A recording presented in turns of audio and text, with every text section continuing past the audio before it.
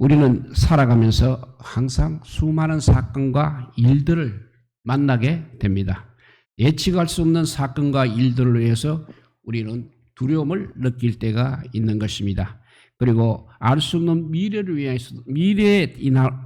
인하여서도 우리는 두려움을 느낄 때가 많이 있을 것입니다. 아마 우리가 인간이라면 인생을 살아가면서 누구나 미래에 대한 두려움이 있는 것입니다.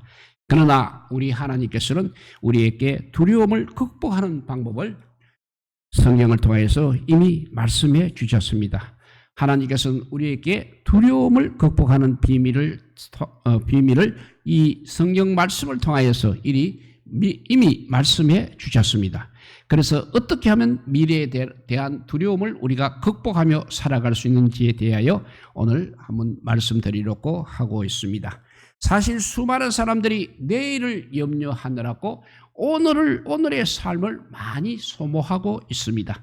또한 내일을 염려하느라고 오늘조차 즐기지 못하고 있습니다. 왜 그러겠습니까? 우리는 내일 무슨 일이 일어날지 전혀 알지 못하기 때문에 그렇습니다. 하지만 다윗은 시편 23편 마지막 절에 미래를 염려하지 않는다고 확신하는 가운데 결론을 이렇게 내립니다. 나의 평생에 선하심과 인자하심이 정녕 나를 따르리니 내가 여호와의 집에 영원히 거하리로다 했습니다. 이런 확신을 우리들은 어디서 얻을 수가 있겠습니까? 나의 평생의 선하심과 인자하심이 정녕 나를 따르니 했습니다. 우리 하나님이 선하시기 때문에 우리는 하나님의 보호와 하나님의 공급을 신뢰할 수 있다는 말씀입니다. 어떤 일이 우리에게 닥친다 해도 하나님께서는 거기서부터 선하신 결과를 분명히 이끌어내실 것이라는 것입니다. 나의 유익과 다른 성도들의 유익과 하나님 나라를 위한 선을 도출할 것이라고 말하고 있습니다. 왜냐하면 우리 하나님은 선하신 분이시기 때문입니다. 시편 145편 20절을 보면 여호와께서 자기를 사랑하는 자는 다 보호하시고 악인은 다 멸절하시리로다 했습니다. 하나님은 우리들의 삶을 세밀하게 돌보시고 계십니다. 우리 하나님 아버지처럼 우리들의 미래를 돌보시고 우리들의 아버지처럼 우리들의 미래를 돌봐 주실 것입니다. 우리는 미래에 대한 어떤 일이 일어날지 모르고 있습니다. 그렇지만 누가 미래를 주장하시는지는 알고 있는 것입니다. 미래는 우리 하나님께서 주관하십니다. 하나님께서는 우리를 사랑하십니다. 또 우리를 도우실 것을 알고 있습니다.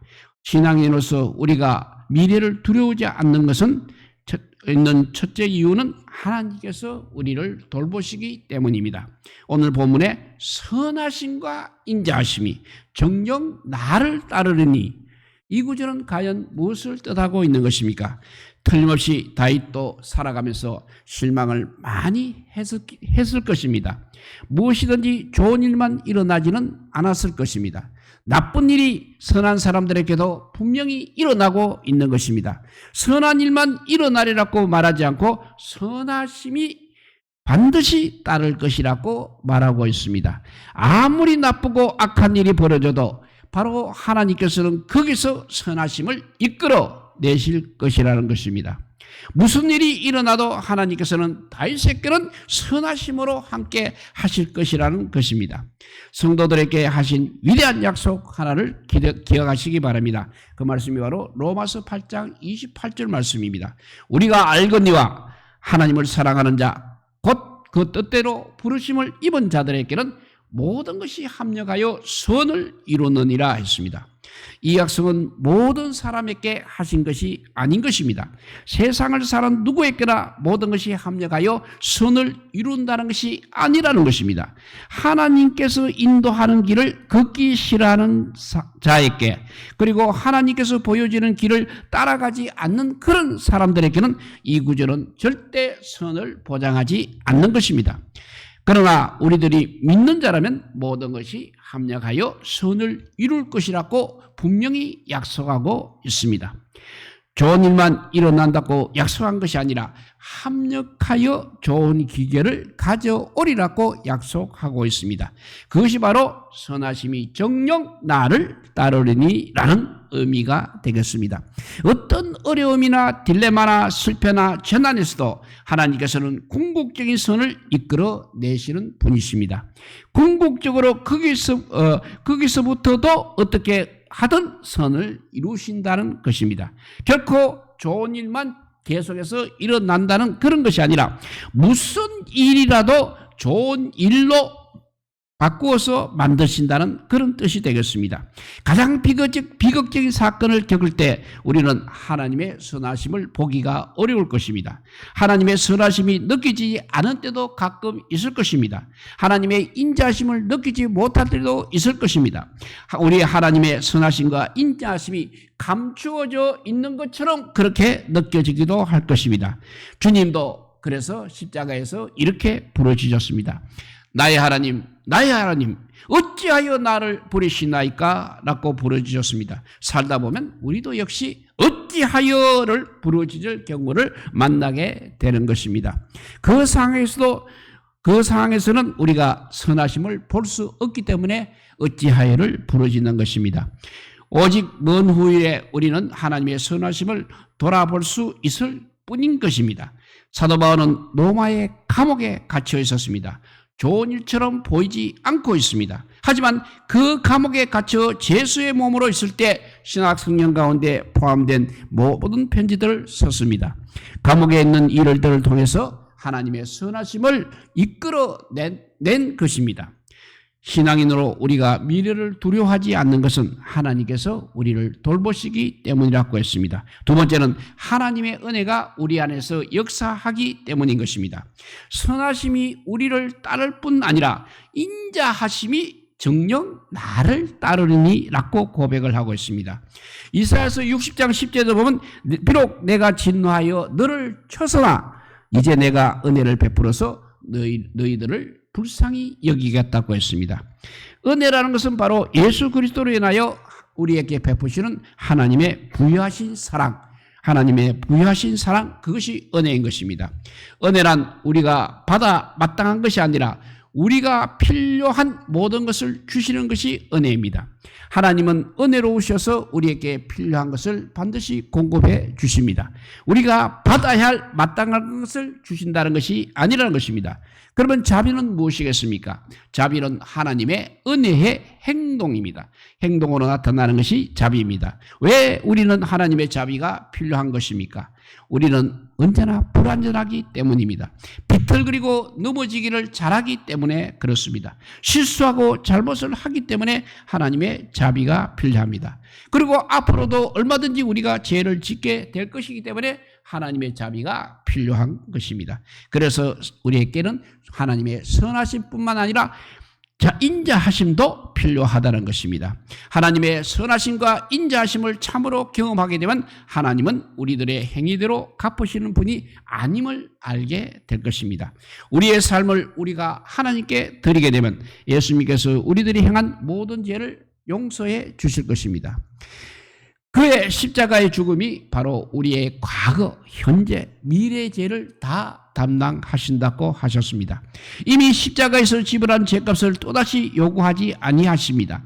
하나님의 선하심과 인자하심, 이것을 우리가 정녕 이해할 수 있다면 미래에 대한 두려움에서 얼마든지 우리는 벗어날 수 있는 것입니다.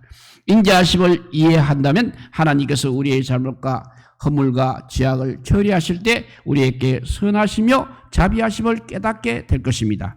또 미래에 대한 어떤 두려움도 가질 이유가 없을 것입니다. 인자하심을 인해서 우리가 난간에 처했을 때도 하나님께서는 거기서 우리를 도와주실 것입니다. 히브리서 4장 16절 말씀입니다.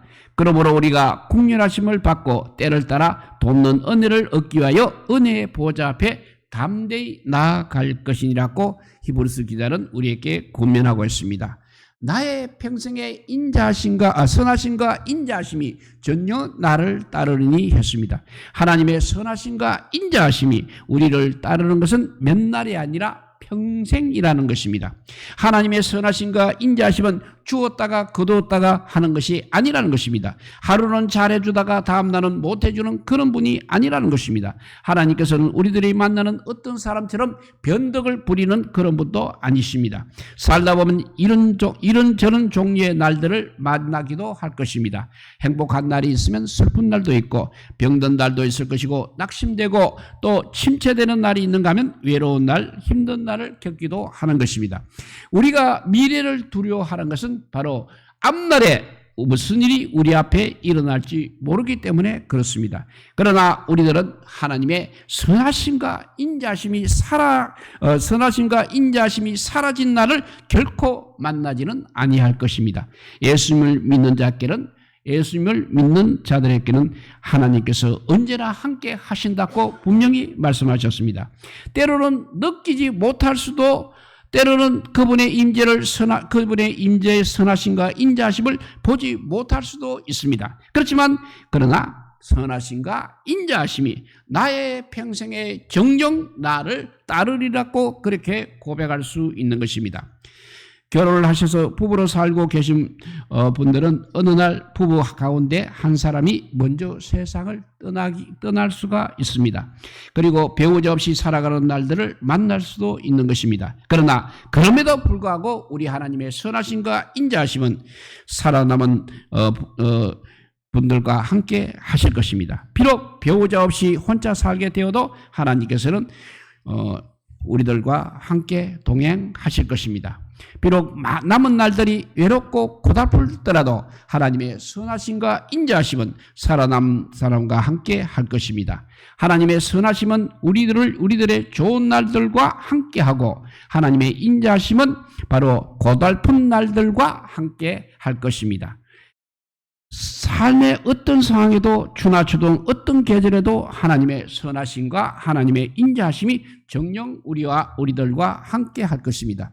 어떻게 그것을 우리가 그러면 확신할 수가 있는 것입니까? 우리 하나님은 거짓말을 하시지 않으신 분이기 때문입니다. 오늘 이 말했다가 내일 저 말을 하는 분이 아니라는 것입니다. 그리고 약속을 결코 어기지 않으시는 분이십니다.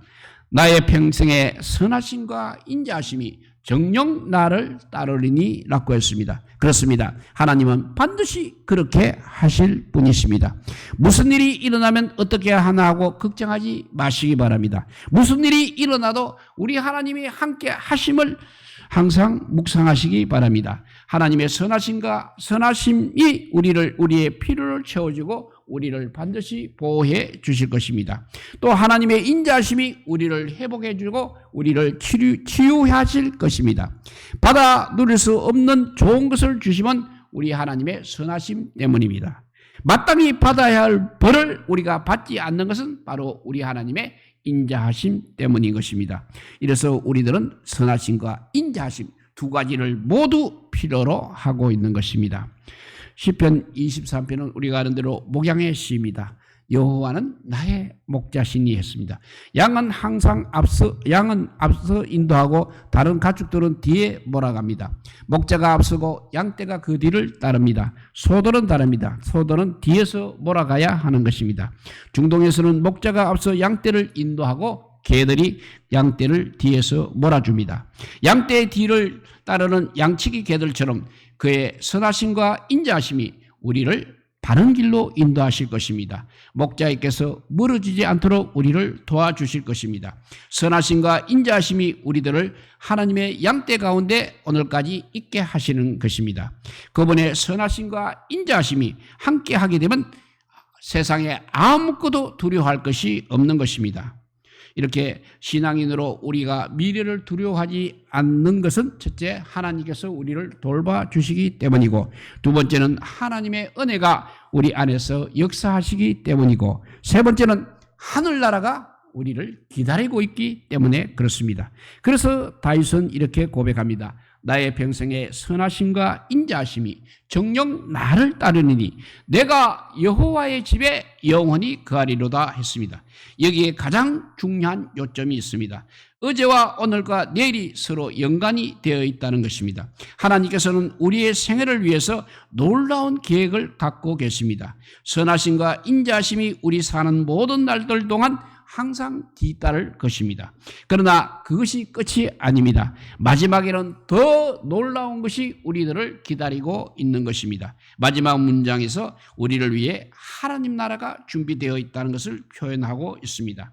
예수님께서는 가장 좋은 것을 이렇게 나중에 아껴두시고 계십니다. 아니, 가장 좋은 것을 이렇게 남겨두셨습니다. 하나님과 함께하는 삶을 살수록 우리에게는 더 나은 삶인 것입니다. 사랑하는 성도 여러분, 지금 우리들의 삶이 아무리 행복해도 최선의 것은 아직 오지도 않았습니다. 최상의 것은 아직도 도래하지 아니했습니다. 그래서 고린도후서 5장 1절에 보면 땅에 있는 우리의 장막집이 무너질 때는 하나님께서 마련하신 집, 곧 사람의 손으로 지은 것이 아닌 하늘에 있는 영원한 집이 우리에게 있는 줄을 알지어다라고 했습니다. 한날 우리들의 육신은 결국 허물어질 것입니다. 우리의 몸은 끝장을 고할 것입니다. 하지만 그것이 우리들의 삶의 마지막이 아니라는 것입니다. 우리들은 둘 중 한 장소에서 영혼을 보낼 것입니다. 천국에서 보내시든지 아니면 지옥에서 보내시든지 둘 중에 하나에서 보내야 합니다. 둘 다 천국과 지옥 둘 다 실제하는 장소입니다. 우리들은 영혼을 천국 아니면 지옥에서 반드시 보내어야 하는 것입니다. 우리들의 몸은 죽지만 우리들은 죽지 않을 것입니다. 우리는 영존하도록 만들어진 존재입니다. 왜 그리스도인들은 미래에 대해서 이렇게 확신을 가지고 있는 것입니까? 고린도후서 5장 6절과 8절을 표준 세번역으로 읽어보면 이렇습니다. 이러므로 우리는 언제나 마음이 든든합니다. 우리가 육신의 몸에 머물러 살고 있는 동안에는 주님께서 떠나 살고 있다는 것을 우리는 알고 있습니다. 우리는 마음이 든든합니다. 우리는 차라리 몸을 떠나서 주님과 함께 살기를 바랍니다. 라고 했습니다. 그리스도인께는 죽음이라는 것은 바로 성진이고 영전인 것입니다. 그러니까 쉽게 말하면 더 나은 것으로 옮겨가는 것이 그리스도인의 죽음이라 할 수 있겠습니다. 더 이상 고통 없는 곳으로 가는 것이 그리스도인에게 죽음이라는 것입니다. 죽을 준비가 되어 있지 않는 사람은 살 준비가 된 사람이 아니라고 할 수 있습니다. 죽을 준비가 되기 전에는 어떻게 살아야 하는지를 알지 못하는 사람이라고 할 수 있습니다. 오직 어리석은 사람만 아무 준비 없이 살아가고 있는 것입니다. 모든 사람에게 너무나 분명한 일에 대해서 준비하지 않고 살아가고 있는 것입니다. 우리들은 반드시 죽을 것입니다. 죽을 준비가 되어 있어야 하는 것입니다. 오늘이라도 주님을 영접하면 하늘나라로 가야 합니다. 그러면 하늘나라는 어떤 곳입니까? 하늘나라는 하나님께 대해 신실하고 그리스도께 대해서 순종한 보상을 누리는 곳입니다. 주님을 믿고 세상을 떠난 사랑하는 이와 다시 그러면 만날 수 있을 것입니다. 그리고 우리가 좋아하는 일을 거기서도 우리는 맡게 될 것입니다. 우리는 고통과 슬픔, 침체와 눈물, 질병으로부터 영원히 벗어날 것입니다. 계시록 21장 6절 말씀을 표준 세번역으로 읽어보면 이렇습니다. 그들의 눈에서 모든 눈물을 닦아 줄 것이니 다시는 죽음이 없고 슬픔도 울부짖음도 고통도 없을 것이다. 이전 것은 다 사라져 버렸기 때문이다고 했습니다. 이제 이런 하나님 나라를 사모하는 우리 모두가 되시기를 바랍니다. 그러면 누구를 위하여서 하나님 나라를 준비하셨습니까? 하나님 나라는 모든 백성을 위해, 모든 사람을 위해 예비한 것은 아닌 것입니다. 하나님 나라는 내가 하나님 자녀 되기를 원합니다. 나는 주님을 따르기를 원합니다라고 신앙 고백을 하는 자들을 위해서 준비된 곳입니다. 베드로전서 1장 4절을 표준 세번역으로 읽어보면 여러분을 위하여 썩지 않고 더러워지지 않고 낡아 없어지지 않는 유산을 받게 하셨습니다. 이 유산은 우리들의 몫으로 여러분들의 몫으로 하늘에 간직되어 있습니다 라고 했습니다.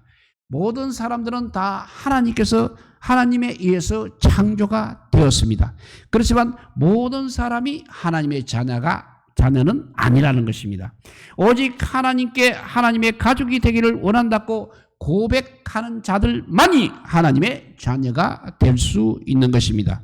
우리는 하나님의 가족으로 태어나야 하는 것입니다.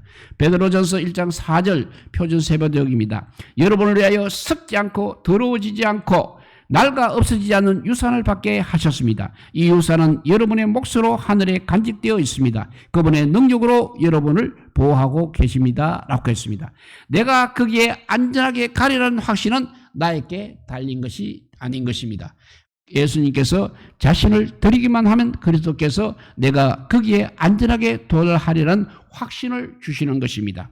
하늘나라를 향한 순례의 길은 결코 땅 위에서는 만만하지는 않습니다. 그렇지만 언젠가 우리는 주님과 함께 거하게 될 것입니다.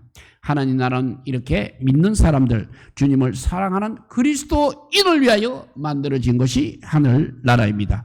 주님을 사랑하지 않는다면 왜 거기 가서 영원히 거하기를 원하겠습니까? 이 세상에서는 다음 세상에 가서 살 준비를 하고 있는 셈이 되는 것입니다.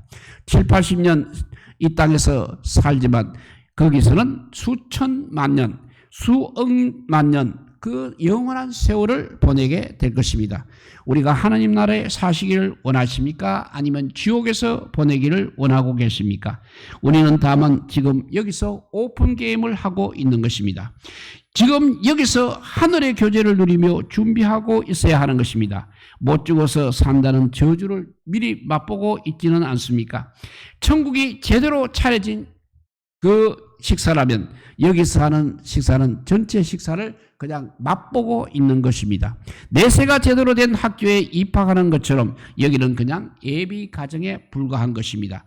여기는 메인 이벤트가 이루어지는 것이 아니라 개막 행사에 불과한 곳입니다. 여기에서 사는 것이 전부인 듯이 사는 사람들은 반드시 돌이켜야 하는 것입니다. 빅 이벤트는 영혼 가운데 다가올 것입니다. 정말 중요한 것은 여기서 시행될 것입니다. 그래서 베드로전서 2장 11절을 현대어 성경을 읽으면 사랑하는 형제여 여러분은 하늘의 고향을 둔 이 땅의 나그네들입니다 라고 했습니다. 그러므로 나그네처럼 그렇게 처신하라고 명하고 있습니다. 지금 여기가 전부인 듯이 살아가서는 안 된다는 것입니다. 오늘날 사람들은 너무 물질주의에 매몰되어 있습니다. 그러나 기억하시기 바랍니다. 우리들은 그 무엇도 우리들의 것이라고 움켜쥘 수도 없고 장차 가지도 못할 것입니다. 여기 있는 것은 다 일시적인 것입니다. 우리는 그냥 한 7, 80년 사용하고 있는 것입니다. 그러므로 우리는 재물을 획득하고 축적하고 소유하는데 우리의 모든 삶을 다 사용하고 있습니다. 돈을 버는 것이 모든 것인양 삶 전부를 소모하고 있습니다. 그러나 꼭 기억하시기 바랍니다. 어느 날 우리 모두는 다 죽을 것입니다. 그 모든 것을 더 이상 소유하지 못할 것입니다. 그러므로 중요한 것을 놓치지 마시기 바랍니다. 삶 전부를 세상 것을 위해서 투자하지 마십시오. 재물을 모으는 것이 우리 삶의 목표가 아닌 것입니다. 항상 하나님 나라를 위해서 준비하시기 바랍니다. 그러면 어떻게 준비해야 됩니까? 하늘나라에 합당한 사람이 되어야 하는 것입니다. 하나님 나라에 합당한 성품을 갖추어야 하는 것입니다. 예수 그리스도 안에서 성장하고 성숙해야 하는 것입니다. 그것만이 우리들이 가지고 갈 수 있는 것입니다. 돈도 차도 좋은 스테레오 시스템도 멋있는 집도 우리는 가지고 가지 못하는 것입니다. 이 세상의 것을 구입한다고 가진 것을 다 소모하지 마십시오. 피상적으로 살아서는 안 됩니다. 영원한 빛 속에서 살아가시기 바랍니다. 여기에 영원히 살지 않을 것을 우리가 항상 염두에 두고 살아가야 하는 것입니다. 여기에 영원히 살지 않을 것을 염두에 두고 살아가시기 바랍니다. 하늘나라에서는 비록 하늘나라에서 가야 영혼을 보내게 될 것입니다. 결국 영원히 보존하지 못할 지금 여기를 위한 것들을 얻는다고 우리의 전 아까운 생애를 소비하지 마시기 바랍니다. 모든 것은 잠시 빌려 산다는 것을 기억하시기 바랍니다. 자기 소유라고 주장할 만한 것은 우리에게 아무것도 없다는 것입니다. 우리가 세상에 머물 동안에 우리가 잠시 빌려서 사용할 뿐입니다. 떠날 때는 모두 두고 가게 됩니다. 부디 영혼의 빛 속에서 살아가는 걸 준비하시기 바랍니다. 그러면 모든 사람이 하늘나라에 가는 것도 아닙니다. 누구나 하늘나라에 갈 수도 없는 것입니다. 우리 모두 다 하늘나라에 간다면 그런 하늘나라는 바로 지옥뿐인 것입니다. 이 세상, 여기 세상에 살면서 항상 주님과 함께 하기를 원했던 사람들만 하늘나라에 들여보낼 것입니다. 그러면 우리들은 어떻게 하나님 나라에 가고 있는지를 알 수 있습니까? 오늘 밤 죽는다면 우리가 천국에 갈 확신을 가지고 있습니까? 우리는 특별만큼 의심도 없이 하늘에 가는 것을 확신하시기 바랍니다. 갈 만한 자격이 있어서 가는 것이 아니라 성경이 말하는 요건을 갖추었기 때문에 갈 수 있는 것입니다. 요한복음 10장 27절에서 말씀입니다.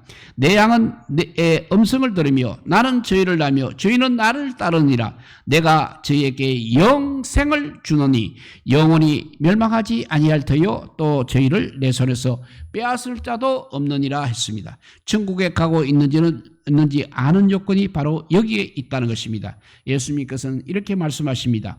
내 양은 내 음성을 들으며 저희는 나를 따른다고 했습니다. 우리들은 이 조건을 충족시키고 있어야 하는 것입니다. 우리가 지금 주님의 음성을 듣고 계십니까? 우리가 주님을 따르고 있습니까? 주님이 우리들의 구주이시며 목자가 되십니까? 그렇다면 절대적인 확신을 가지고 하나님 아버지의 집에 영원히 거하리라는 것을 고백할 수 있을 것입니다. 내가 여호와의 집에 영원히 거하리로다 라는 이 고백은 다인만 하는 것이 아니라 모든 성도들의 고백이 되어야 하는 것입니다. 주님께서 우리들의 손을 붙잡고 걸어가게 되면 가끔 넘어지다가도 바로 일으켜 주실 것입니다.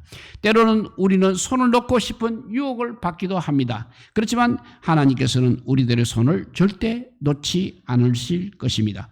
주님께서는 너는 내 손 안에 있어 아무도 너를 빼앗아갈 사람이 없다고 말씀하실 것입니다. 그러므로 우리는 멸망으로 치닫지는 않을 것입니다. 나 때문이 아니라 우리 주님의 선하심과 인자하심 때문에 그런 것입니다. 우리들은 어떤 시각으로 미래를 바라보고 계십니까? 의심의 눈으로 보고 있습니까? 더 나쁜 것을 예상하는 눈으로 보고 있습니까? 부정적인 시각으로 조소적인 관점으로 바라볼 수 있는 것입니다. 아니면 하나님께서 함께 하실 것을 기대하고 그의 선하심과 그의 인자하심이 정녕 모든 날 동안 따를 것이라는 믿음으로 우리가 바라볼 수 있어야 하는 것입니다. 순간순간 하나님의 선하심과 인자하심을 바라봐야 하는 것입니다. 오늘 시편 23편에서 우리는 하나님께서 얼마나 우리를 사랑하고 계시는지를 알 수 있습니다. 나는 너의 목자가 되기를 원한다고 그렇게 말씀하고 있습니다. 예수님께서는 우리 앞서 푸른 초장과 실만한 물가로 인도하십니다. 사망의 엄침한 계곡에서 우리와 함께 하십니다. 원수들이 둘러싼 자리에서 기름을 바르시고 바른 길로 인도하시는 목자이십니다. 동시에 중요한 것은 선하심과 인자하심으로 항상 우리 뒤에 함께 하신다는 것입니다. 그뿐 아니라 우리 위편에는 하늘 본향이 우리를 기다리고 있습니다. 우리는 하나님의 집에서 영원히 거할 소망이 있는 것입니다. 더 이상 그러면 우리가 무엇을 바라겠습니까? 목자 대신 예수님이 바로 우리의 전부이십니다. 선한 목자 예수님께서는 우리를 보호하시고 우리의 필요를 채워주시고 우리에게 평강을 주시고 우리와 동행하십니다. 위험 가운데서 특별한 인재를 경험케 하시며 영원히 하나님 나라를 허락하고 계십니다. 목자이신 예수님 안에 우리의 모든 것이 포함되어 있다는 사실입니다. 그러므로 항상 예수 그리스도를 우리의 목자로 삼고 변함없는 믿음으로 살아가시기를 주님의 이름으로 축원드립니다.